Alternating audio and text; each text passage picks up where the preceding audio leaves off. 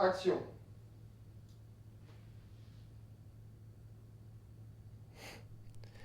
Pourquoi je ne travaillerai pas pour la NSA? Alors ça, c'est une colle. Je vais essayer d'y répondre. Disons que je travaille pour la NSA, qu'on apporte sur mon bureau un code. Un code réputé inviolable. Mettons que j'ai de la chance. Mettons que je le déchiffre. Mais alors là, je suis très content de moi, parce que j'ai bien fait mon boulot. Mais c'était peut-être le code de l'emplacement d'une armée de rebelles. Au Moyen-Orient ou en Afrique du Nord.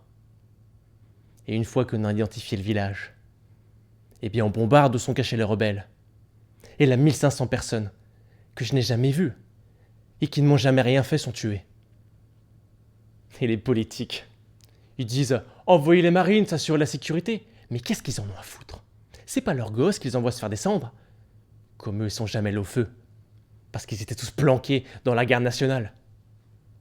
Et c'est un pauvre môme de Boston Sud qui se prend un schnarpel dans les fesses. Et quand il revient, eh ben il apprend que l'usine où il travaillait s'est exportée dans le pays d'où il vient d'arriver. Et le mec qui lui a foutu schnarpel dans le cul, eh ben c'est lui qui a son job.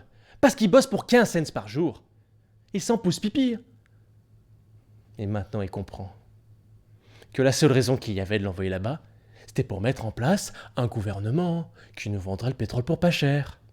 Et bien sûr, les compagnies pétrolières exploitent le conflit qu'il y a eu pour faire monter les prix et se faire un beau petit bénéfice.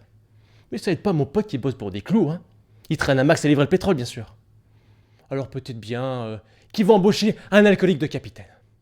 Un buveur de martini qui va s'amuser à faire du slalom entre les icebergs jusqu'au jour où il en fera pas.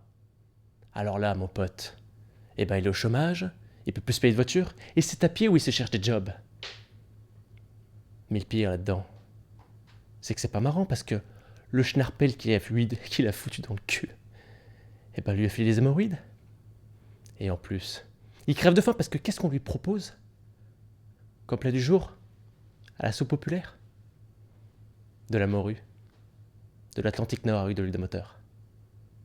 Alors qu'est-ce que j'en pense? Je vais attendre une offre meilleure.